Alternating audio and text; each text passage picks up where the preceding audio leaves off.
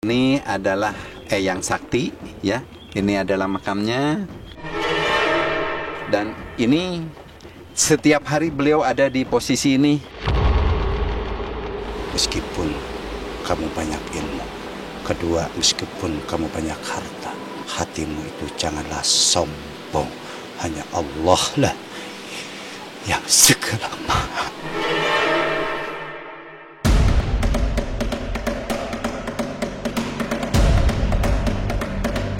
Terletak di Kecamatan Panjalu, Ciamis, Jawa Barat, Situ Lengkong Panjalu mengalirkan kisah ganjil tentang keberadaan sosok harimau putih dan harimau hitam. Begitu memasuki pintu masuk area tempat berziarah di Situ Lengkong, ada patung berupa harimau hitam dan putih.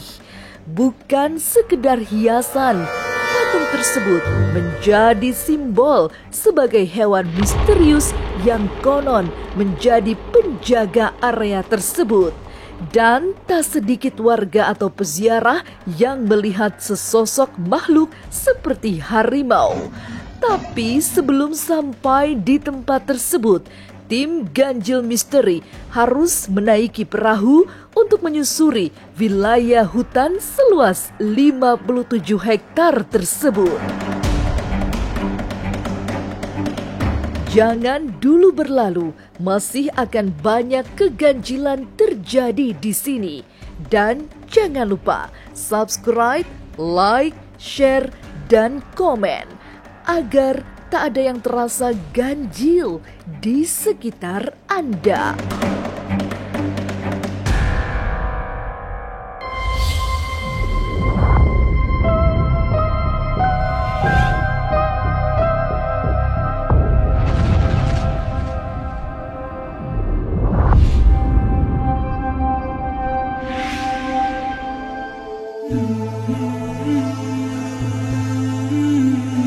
Datanglah ke Situ Panjalu atau Situ Lengkong. Ada jejak-jejak peninggalan kerajaan masih bisa ditemukan di sini. Dari tepi situ, pandangan mata akan menatap daerah Bukit Nusa Larangan atau Nusa yang disucikan. Konon, daerah ini dijaga oleh makhluk gaib berupa macan hitam dan putih. Dari penerawangan mata batin Sumpena Laksana, dua makhluk gaib tersebut muncul setiap hari dan bisa dilihat oleh pengunjung yang memiliki niat kurang baik.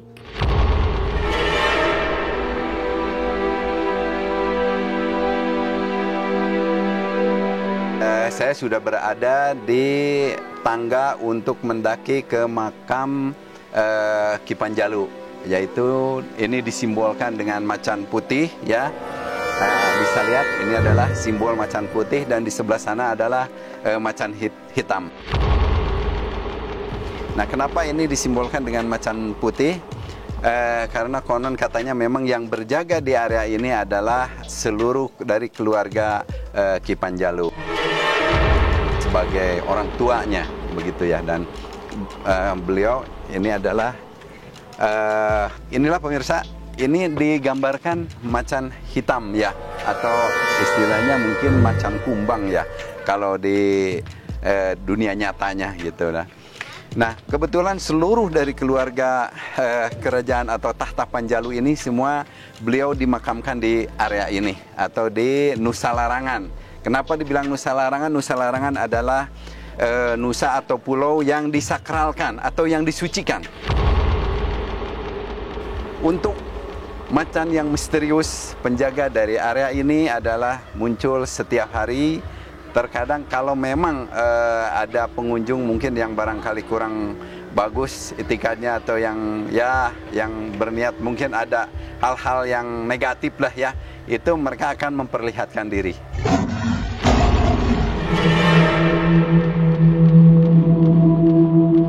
Lebih dalam lagi saat tim Ganjil bersua dengan juru kunci makam, tersingkap dengan jelas siapa itu sosok yang dimakamkan di tengah situ.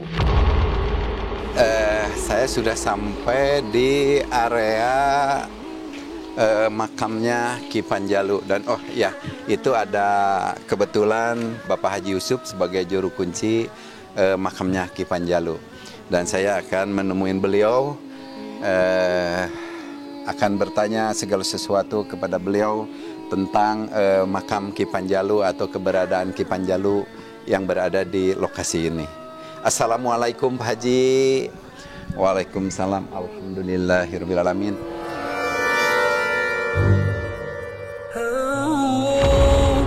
Tolong Pak Kiai, siapakah yang dibilang Ki Panjalu sekarang di sini, makamnya di sini? Ini adalah Raja Panjalu terakhir yang bernama Prabu Haryang Kencana. Ayahnya yaitu Prabu Borosngora, gelarnya Syekh Abdul Iman. Syekh Abdul Iman diberi gelar oleh gurunya dari Tanah Suci Mekah yang ditugaskan oleh sang ayah yaitu Eyang Prabu Cakradewa. Beliau berguru ke Tanah Suci Mekah mencari ilmu kerahayuan. Kenapa? Panjalu ilmunya kerahayuan. Isinya ilmu kerahayuan ada dua. Satu, ilmu sejati. Dua, ilmu menyempurnakan diri. Dan diberi beban tugas oleh sang ayah yaitu membawakan sebuah gayung. Kalau di Panjalu gayung, ya, namanya gayung geranjang. Apa itu gayung geranjang? Gayung di bawahnya bolong-bolong, namanya gayung geranjang. Amanah sang ayah, jangan dulu pulang kalau air dari gayung masih bocor atau keluar. Carilah nak seorang guru, adanya di Tanah Suci Mekah. Langsung beliau menggagem sebuah ajian ras silok. Sampailah di Kubes Padang Arafah. Beliau bertemu dengan seorang kakek. Langsung beliau bertanya, "Kek, saya mencari seorang guru. Kata orang tua saya adanya di Tanah Suci Mekah." Langsung kakek bawa. Langsung beliau mencari ilmu kerahayuan yaitu ilmu sejati. Apa itu ilmu sejati? Yaitu ilmu agama Islam. Dan menyempurnakan yaitu ajaran-ajaran agama Islam, Al-Quran, hadis dan kitabnya. Beliau juga dihajikan oleh gurunya, malah diberi gelar namanya Haji Abdul Iman. Dan setelah itu beliau disuruh pulang, namun beliau menolak. "Guru, saya tidak akan dulu pulang karena satu beban dari sang ayah bahwasan jangan dulu pulang kalau air dari gayung masih bocor atau keluar. Mari nak kita berangkat yaitu ke sumur Jam-Jam. Bacakan olehmu dua kalimat syahadat, bacakan kalimat la ilaha illallah dan dikrullah, dikir kepada Allah di dalam hatimu. Ambil air dari sumur Jam-Jam dengan gayung yang bolong-bolong, dengan izin Allah, dengan kekuasaan Allah. Air tidak bocor, air tidak keluar. Bukan sulap, bukan akurat, tapi izin Allah."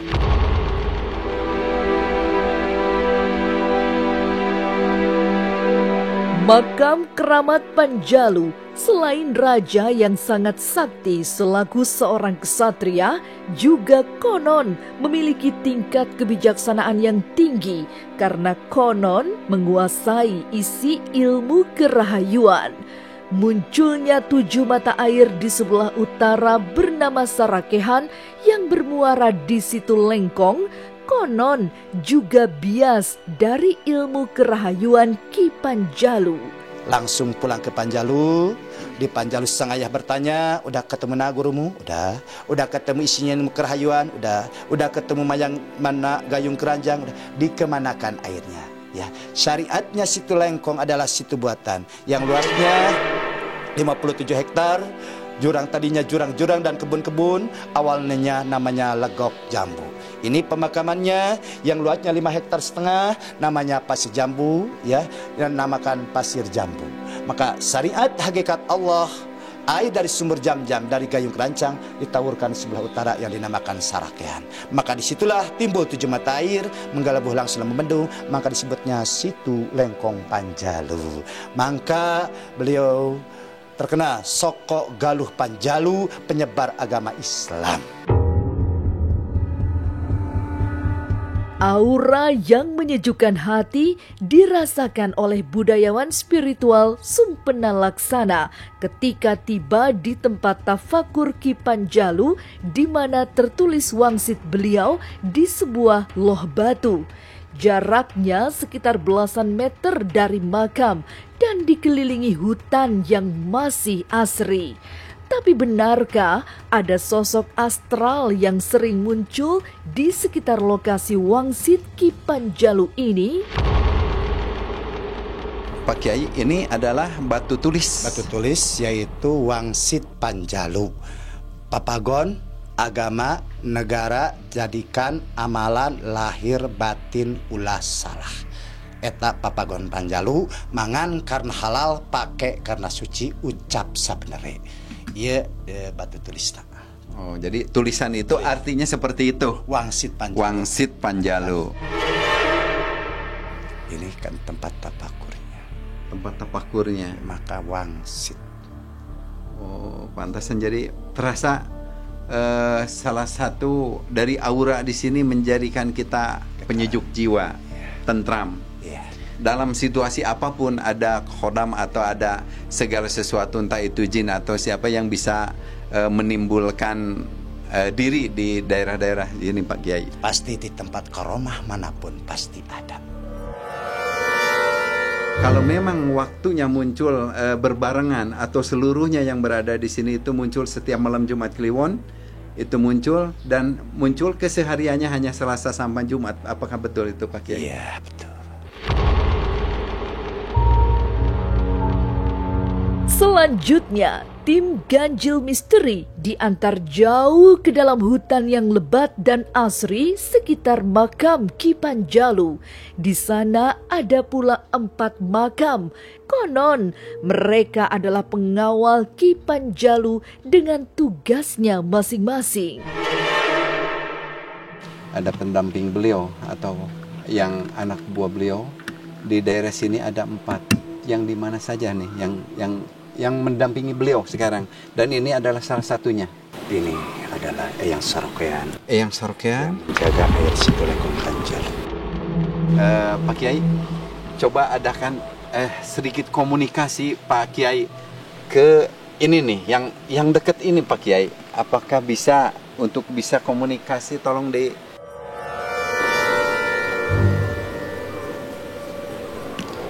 yang penting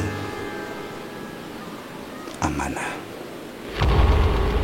Semuanya lohur sini. Ingat kepada wangsit Panjalu. Mangan karena halal, pakai karena suci, ucap sabenarnya. Dan amanah gayung kerancang, yaitu 1. Meskipun kamu banyak ilmu. 2. Meskipun kamu banyak harta. 3. Meskipun kamu luhur tahta atau pangkat atau derajat, artinya jangan bocor, artinya jangan keluar, artinya hatimu itu janganlah sombong. Hanya Allah lah yang segala maha.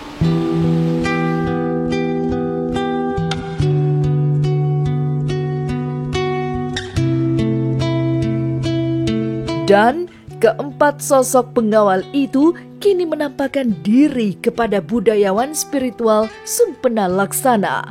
Tapi oleh mata biasa, sosok mereka tak terlihat di siang hari.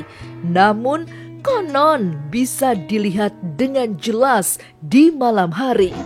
Dan keberadaan makhluk gaib berupa macan hitam dan putih penjaga makam Ki Panjalu pun konon kadang dilihat oleh penjaga dan pengunjung.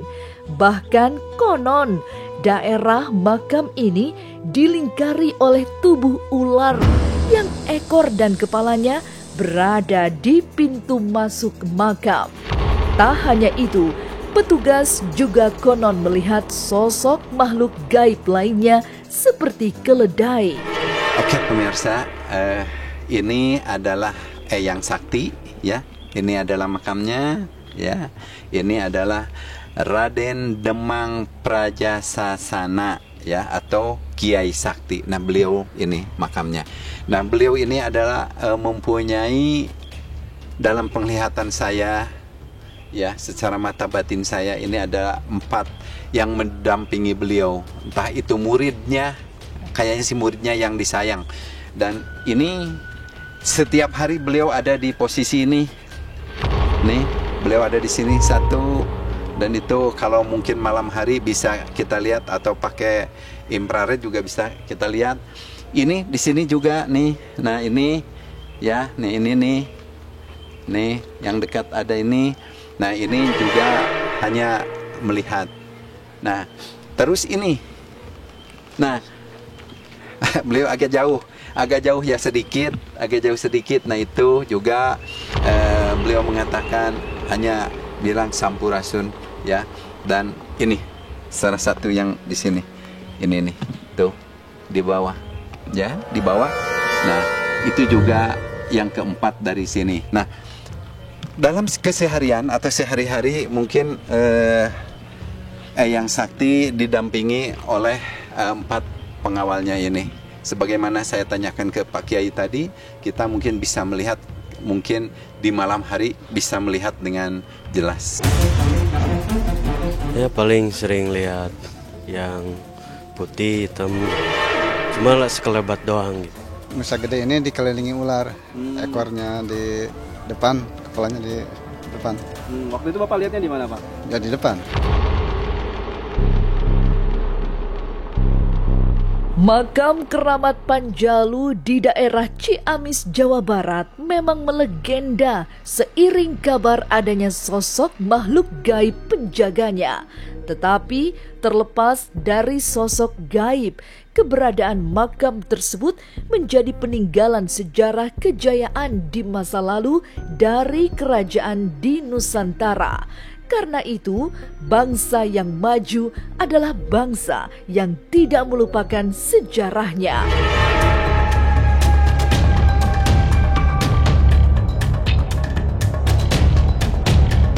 Inilah ganjil yang akan menguak berbagai misteri di alam nyata dan tak kasat mata. Sampai jumpa pada episode selanjutnya dengan kisah-kisah ganjil setiap hari Senin, Kamis, dan Jumat pukul 5 sore. Tapi sebelumnya, jangan lupa subscribe, like, share, dan komen agar tak ada yang terasa ganjil di sekitar Anda.